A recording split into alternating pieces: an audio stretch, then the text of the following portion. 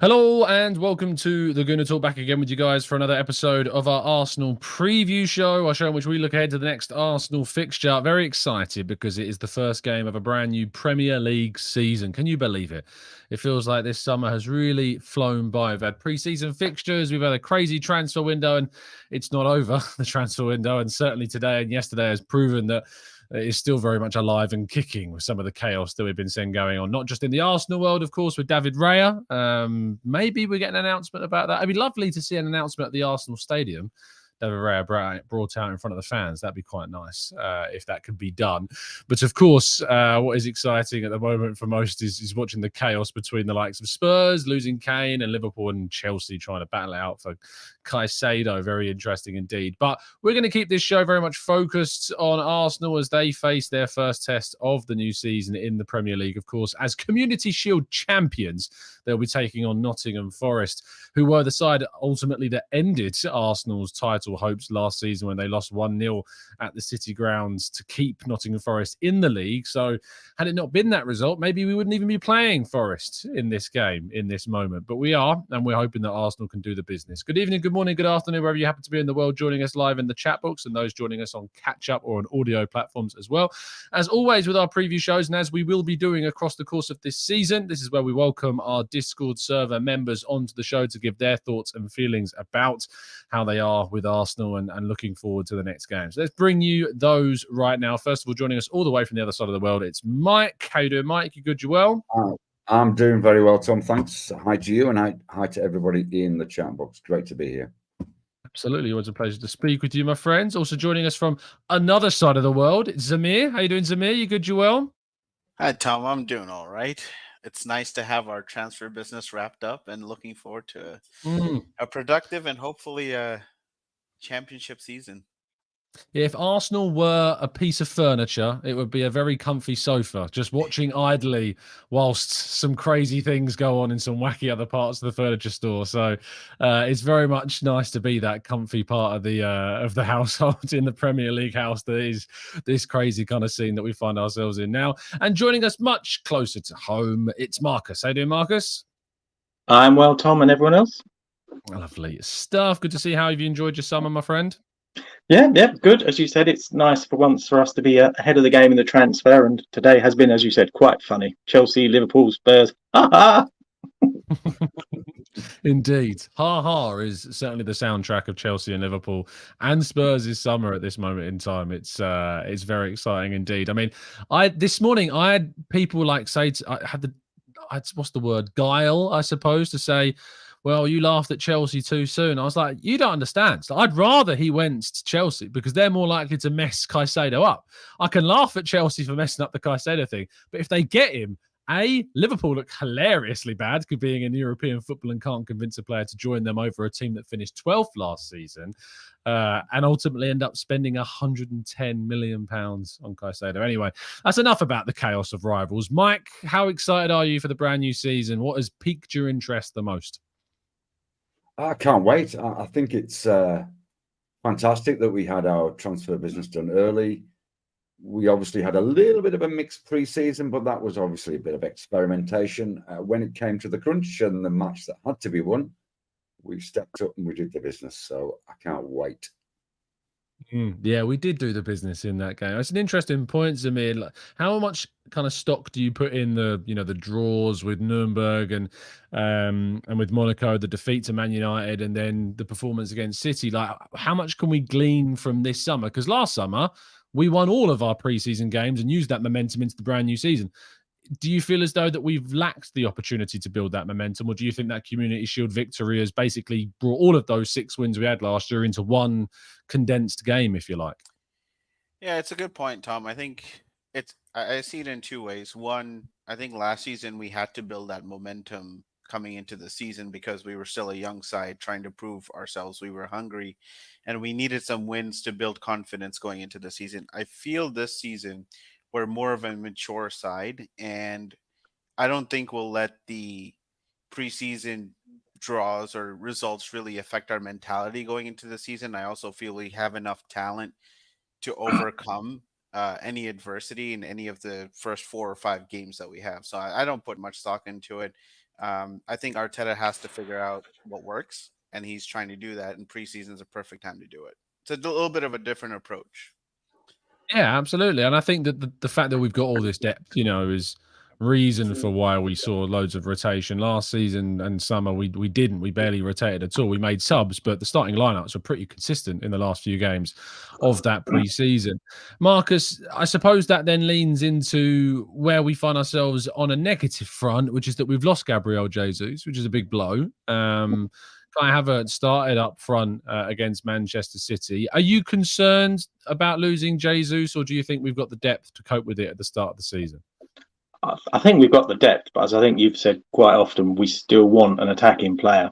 I like Havertz. I think he's great, but he just needs to sort his shooting out, and that I think is a lot to do with Chelsea. That just destroyed his career. So hopefully he can find them. But yeah, I still think we need to get a wide forward stroke for versatile forward in. But yeah, I think look at the goals we scored last year. We can cope, but it's not ideal. No, it's not ideal. I'd much rather, obviously, that we had the best 11 possible starting the season, and then you can use that to your advantage. But Havertz is an interesting profile, Mike, and there's a lot of debate, and we'll talk about our lineups in full shortly. But there's been a lot of debate about whether or not he should play and should start this game, and if he does start this game, where he should play. Do you think it's the right decision to bring him into the team straight away? I think the fixtures have been kind to us at the start of the season, which is going to potentially help them find their feet a little bit in terms of fitting into the team and finding their own groove, as well as obviously giving Arteta a chance to try some things out, with it being a relatively low risk comparatively first few games, and that's undoubtedly in our favour. So I would embrace this in terms of an opportunity to try a few things out whilst making sure that we still get the runs on the board as we go. And I think we've got the capabilities and the depth of squad to do that. We're not just a starting 11, we're a whole squad. And I think the depth that we've got this year creates all sorts of wonderful opportunities.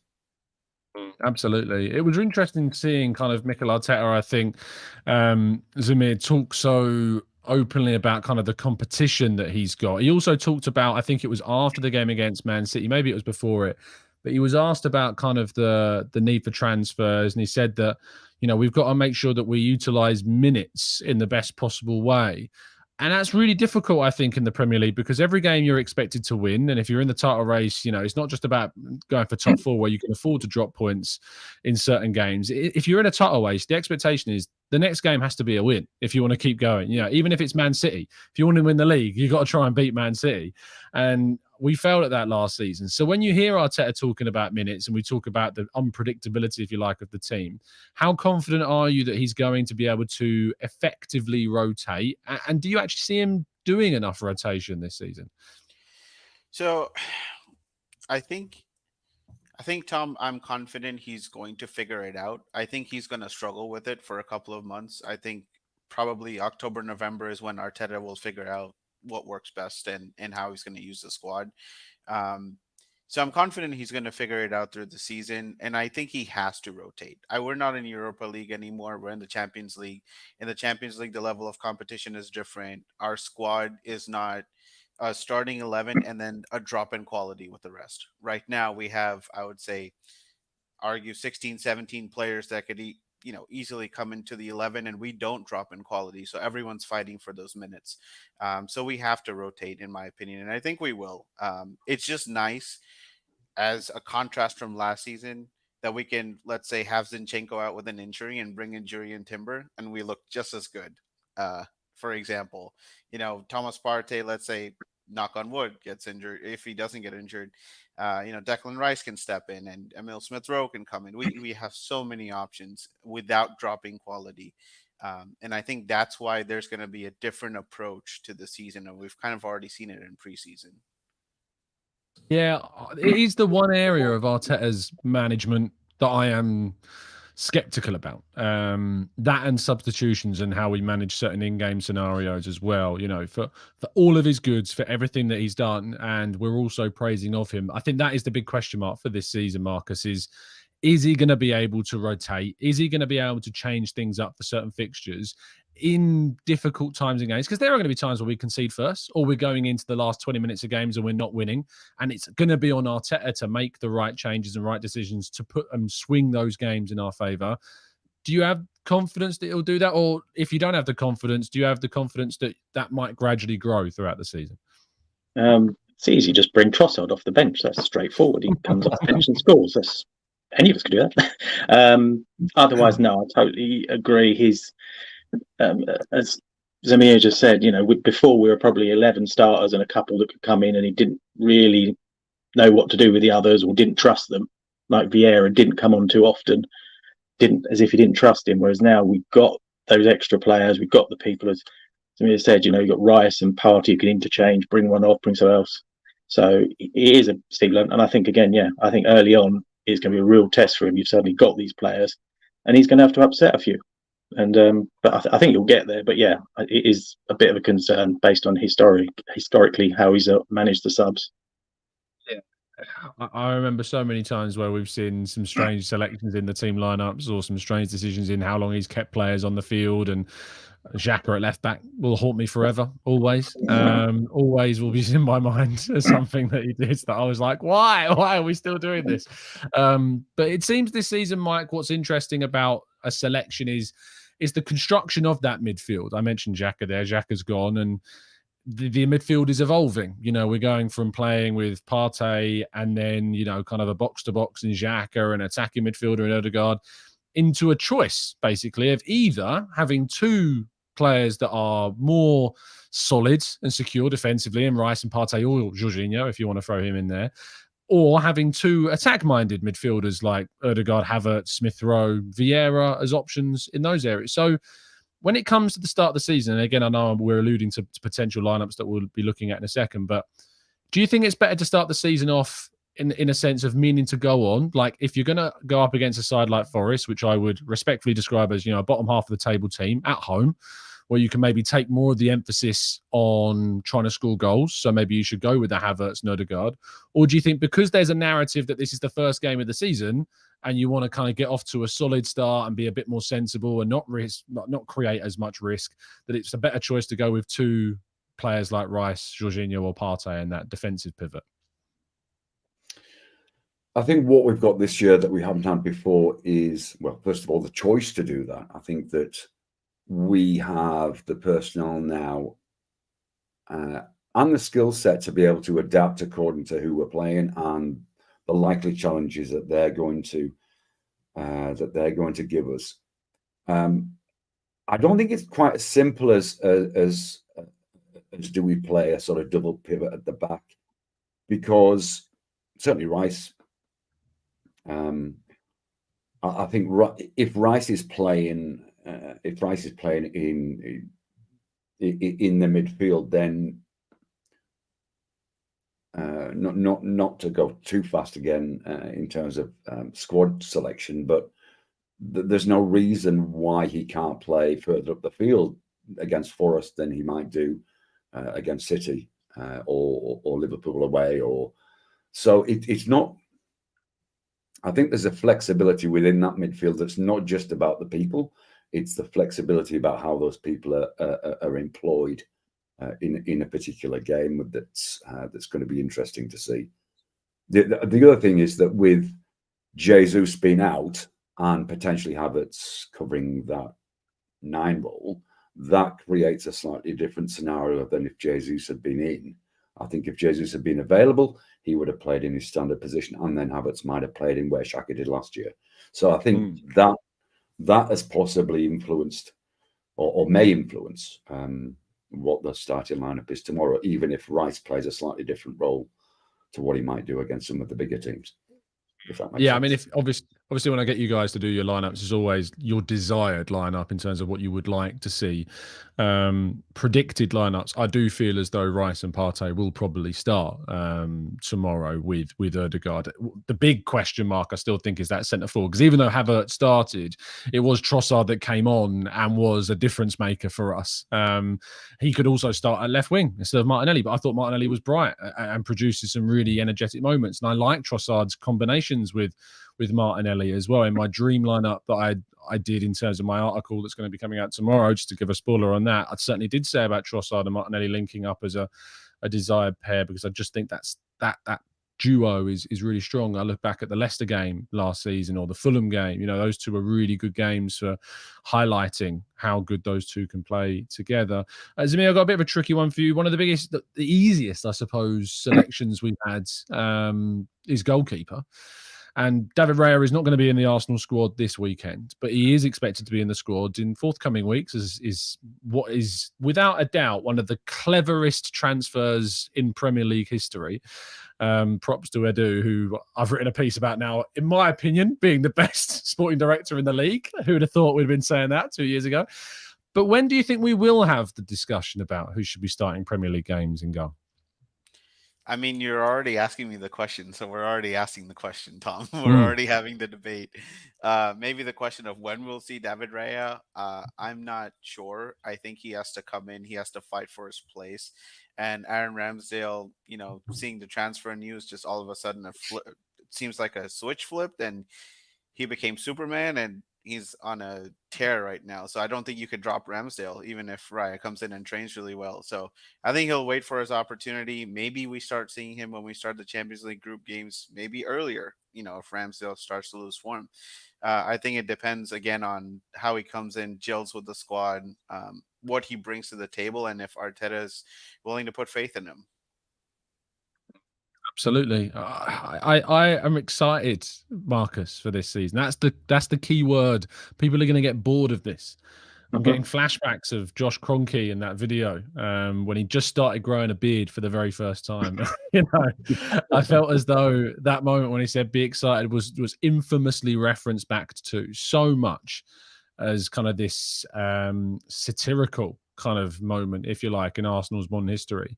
But it feels as though the last few years have vindicated those words of Josh. And I think we go into this season the most excited I can ever remember an Arsenal fan base being, which is interesting because after a few of those preseason games, the buzz of preseason starting kind of dissipated after the draw with Nuremberg and then the defeat to Man United. And then we were starting to get a bit worried.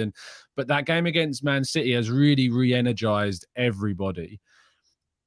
How are you ultimately looking at the first game and its importance, and in regard to, I don't want to talk about worst case scenarios necessarily, but in terms of the importance of the game itself and getting off to a good start, if it doesn't go in the best way, how quickly do you think we'll start seeing those claims of, yeah, I'm not sure Arsenal are title challengers this season?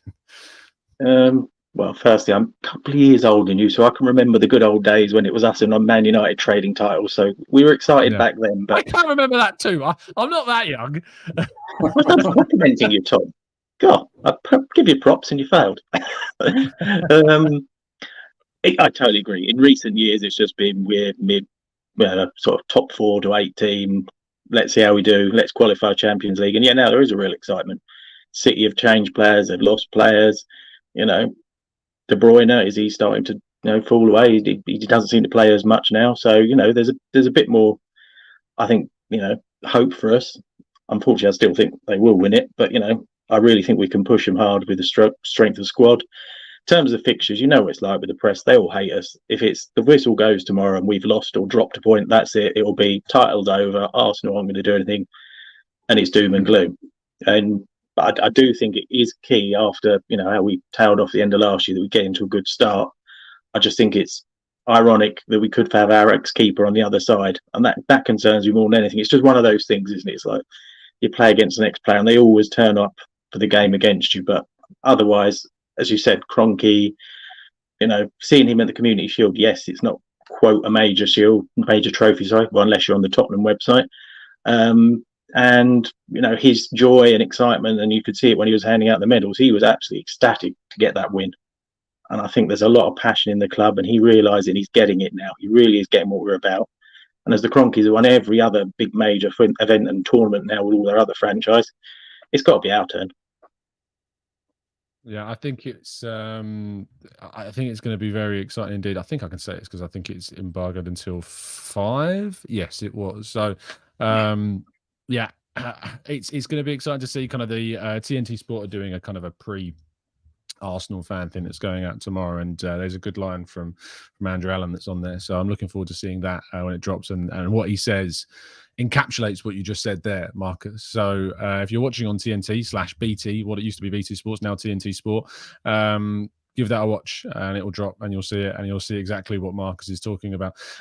Regarding to the lineups, then let's go to them on the screen. Oh no, we don't want to get rid of people. Hold on, where is it? There. I've done this a million times and I still can't find the button. There it is. Mike, we're starting with you. Talk us through your selection and who you and why you've gone with them. Okay, so for those of you who are listening, it's Ramsdale, White, Saliba, Gabriel, Timber at the back. Partey sitting at the back of a midfield three of Partey, Rice and Odegaard, and then up front Martinelli, Havertz and Saka. So the major thing, I don't know whether Zinni's fit or not, but even if he is, he'd probably start on the bench and come on for 15, 20 minutes at the end, which would be good to see him. So in light of how well Timber has done, who's been a revelation, to be honest, since he signed for us, and how well he's taken to that position has been outstanding. So that was almost a no-brainer in terms of my thinking anyway. Although we have Rice and Partey both in the team, I think Rice is going to play forward against Forest. I don't think he's going to be sitting back. Which is going to be good for him because that's what we're all talking about before we got him. Rice has always sat back for West Ham, and let's see what he can do when he starts to push further up the field. And we haven't seen a lot of what Rice is capable of. This will be a game that perhaps will give us more clarity on that in terms of how good he can be going forward and how quickly he can adapt to a position he hasn't played before. Then up front, of course, there was the Trossard debate. Should he, Trossard and Eddie, you could have lobbed in there. What's nice is that there is a choice. I will give Havertz another run, and I think Arteta might give him another run as a confidence-building exercise. I think he's good enough to. I think against City, he had a good game. He had one chance he should have put away, a half chance that he might have. And Martinelli, I think, showed enough to, again, during pre-season, he seems to have got a little better. And I think maybe Arteta will want to continue that momentum because he knows Trossard can come in either to replace Havertz or Martinelli at will, depending on what's happening in the game. So that's really the thinking behind that 11. Lovely stuff. Zamir, talk us through yours, mate. Yeah, so I went with a little bit of a different approach. I think we have a home game for the first time in a long time as the opening day fixture, and I think we have to go and try and kill the game early. I think with Forest, if you look at how we played away and lost that game at the end of last season, we really struggled with some of the low block. We weren't able to open them up or come up with creative opportunities. So I've gone with the back four of Timber, Gabriel, Saliba, White. I think Timber's been our preseason player right now. He's on fire. I don't necessarily think in midfield we need Rice and Partey. I think we need one of the two because I think we're going to be playing further up the pitch and we're going to control a lot of the possession. It's just about getting a lot of creative players on the pitch to create that, one or two magic moments that gets us a goal early. I've gone with Martinelli, Trossard, and Saka up front. Obviously, I think, Tom, the way we play, Trossard is going to drop deep, go on the wing. He's going to be a lot of that creative force in and around the box and a little bit deeper. I imagine Havertz is going to push up into that 9 role. So they'll interchange quite a bit, is my thinking. And then I also think this is more of a fluid system. So we're going to be able to move the ball from side to side, put some crosses in. We're going to be able to go short. There's a lot of options, I think, in creativity with this lineup. And I want to put pressure on Forest for, 60, 70 odd minutes. And then we can bring in a Declan Rice. We can bring in a Smith Rowe, a Vieira, just to kind of see the game out. So that's my thinking on the lineup. It's nice that you can, to shore things up at the end of a game, bring on a £105 million signing, isn't it?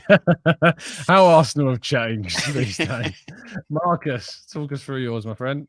I was forced into late goalkeeper change. I didn't have Chicago in at first, but that's another story.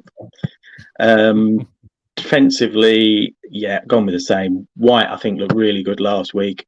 Saliba, I mean, wow, what a difference between the defence the end of last season and last week.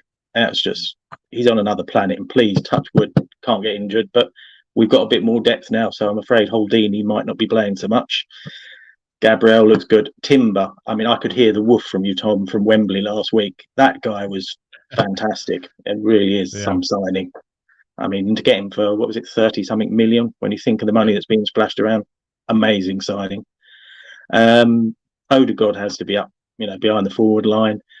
I get Zamir's point exactly about whether you play Havertz in midfield or up front, and I just went for Rice purely because I just thought, the reaction to the stadium. If you get the start of it and you see this £100 million signing come onto the pitch, and it's like, wow, he's one of ours now. So that was what swayed me, but I totally get otherwise putting Havertz there. Martinelli, Saka on the wings. Havertz, as much as I commented earlier about his finishing, there is a finisher in there. We'll get it out of him. And then we've got Trossard to come off the bench. So again, it comes back to the depth, which we've now got. And that's not even thinking about Eddie, who last week, harried everyone at the end. Looked quite good. Saka style man, because he just looks in great form at the moment. So that's my team. Absolutely. Lovely stuff. Mine's very similar. The only change I've made to that Marcus has gone through is Trossard in for Havertz. I alluded to it earlier. I'm struggling to put into words, as you can probably tell from that attempt at a sentence 2 seconds ago. But I'm struggling to find a reason not to put Trossard into my team because he's just so good. I can't explain to people how underrated of a deal this is, and how I still feel that people aren't talking enough about Leandro Trossard for £27 million from Brighton of all teams is still not being talked about as one of the bargains of the 2020s of this potential decade. Signed a fantastic time for Arsenal last season. It's such a shame that we lost Saliba and Tomiyasu as well, which I think was the big kind of issue with the reason why we didn't ultimately win things. But Arsenal did, I feel, everything they could in January with bringing in a player like Trossard to push their way toward that title. And not only that, but it was designed not just for that season, but to add some experience, some consistency. Because if there's one thing Trossard does and has brought Arsenal, it wasn't always there for Brighton. Consistency wasn't always there. But for Arsenal, I feel every single game he's played, he's always brought something. And as the oldest forward player, in this side, he's older than Havertz, Martinelli, Saka, Smith Rowe, etc. He's our oldest forward-thinking player that we have in the side. He adds so much, the technical ability, the way in which he's so composed. That goal, inverted commas, that he scored against Man City, showed that composure when he cut back inside, when he easily could have just tried to smash across with his right foot. And yes, he got fortunate, but he kept forcing things, and he always just tries to force things. And he's a player that makes things happen. So for me, Trossard, I have to get him in the team. I love his partnership with Martinelli when it's there. I think it really does work. But if it is to be Havertz, and I have no issue with Havertz starting, I'd probably take Martinelli out, but keep Trossard in there. I just think he's so important to what we want to do. And I love him. But for me, it's still going to be a 1-0 Ben White screamer, or maybe 4-0 Ben White screamer. We'll get some more goals in there. But let's go to the guys and get their scoreline predictions. Mike, we'll start with you. What are you going for, mate? 4-0. And we're going to see Kai get a brace, and Saka will get one, and Odegaard will get one. And Ramsey will keep a clean sheet because he's awesome. Zamir. I'm going to go 6-1 because we don't keep a clean sheet at the Emirates, but I'm going to go with Trossard getting a hat-trick. Nice. Love that. And Marcus? I've got 2. If Turner doesn't play, it'll be about 5 or 6-0. But I think he'll start. And I fear it's going to be that really close ex-player thing. But I think 2-0, Saka with the first, and off the bench, Trossard to get the second.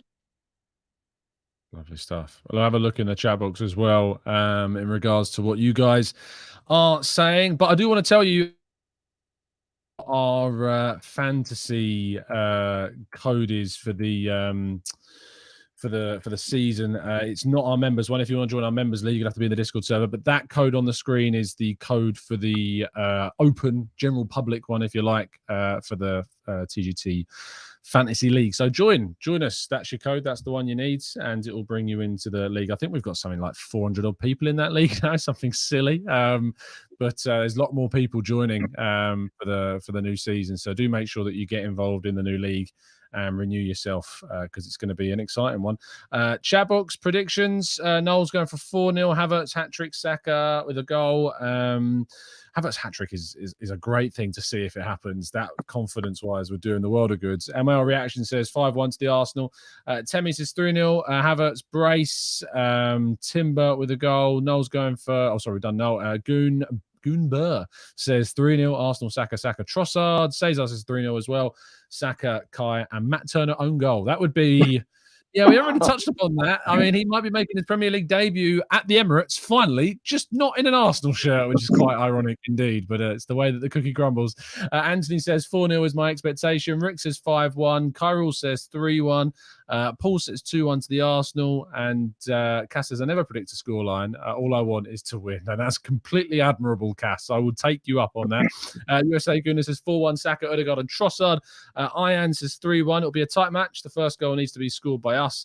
Very, very important that we score first. Lars says 1-0 Havertz. Rizo says 2-0 Havertz and Saka. And Ketia is going to score, says Zek. Colin says 2-1. Noel says 99-0. Matt Turner with 99 own goals. That's just sadistic, no. I don't know what's getting you down. You've had a bad day, my friend. You must have had a bad one. Boston says 4-1 Arsenal, and Gary says 3-1. A bullet header from Rice from a corner, and Odegaard and Saka, and Canterbury Gooner says 2-0 Canterbury, down my neck of the woods, maybe. Thank you, everyone, for tuning in. Very much appreciate your time as always. A massive, massive thank you to our brilliant guest who's kicked off the season in perfect fashion. Mike, thank you for your time, mate. Tell people where they can find you. You can certainly find me in the Discord channel on match days particularly, and get there, guys, get there. There you go. Mike's very, very happy because it's a 7:30 p.m. kickoff his time in Australia tomorrow. Meanwhile, not so happy about the time of kickoff is Zamir. What time is it for you? 7:30 a.m. A.m. Nice. That's actually quite all right. It's like they're pulling off a TGT 8 a.m. style game in the States. But we like early get-ups. We like them. But Zamir, thank you for coming on, mate. Tell people where they can find you. You can find me in the Discord server. Tom, thank you for having me on, and 38 more to go. Let's see where we end up in May. Hopefully lifting the trophy. Yeah, already talking about May. I just, I've had a summer, Zamir. It's been terrible. I hate it. No football. Let's enjoy the football. Let's not wish the season away. It's going to be exciting. Marcus, thank you as well for your time. I'm looking forward to meeting your fine self on Sunday at our live event, but tell people where they can find you.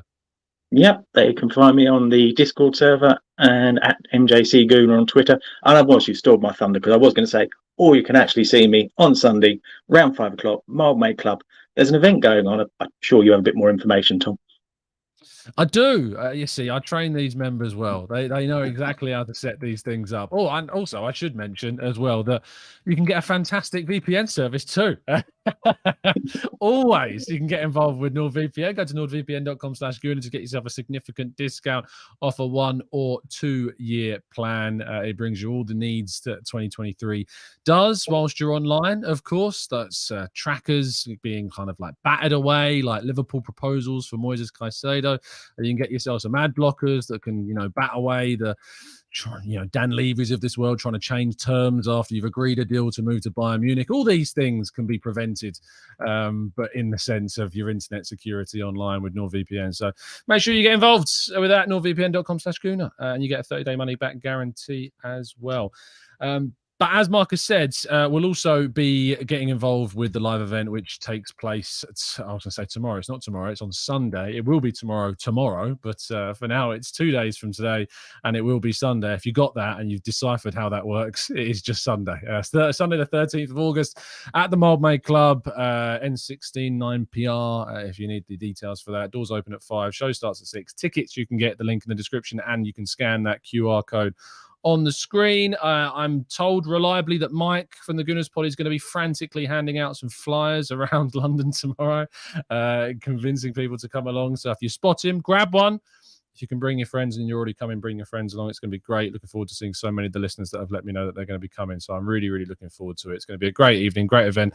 Yeah, I really, really, really am looking forward to our first ever live show to celebrate 55K. I don't know why I've just now completely got rid of my fantastic guest. There we go. I'm pressing buttons for days today. But thank you, those that are listening in. Do drop a like on the video. Do subscribe to the channel if you're new around here with those notifications turned on so you never miss a show. The season's back. The season's here. I'm very excited for it. And as always, up the Arsenal.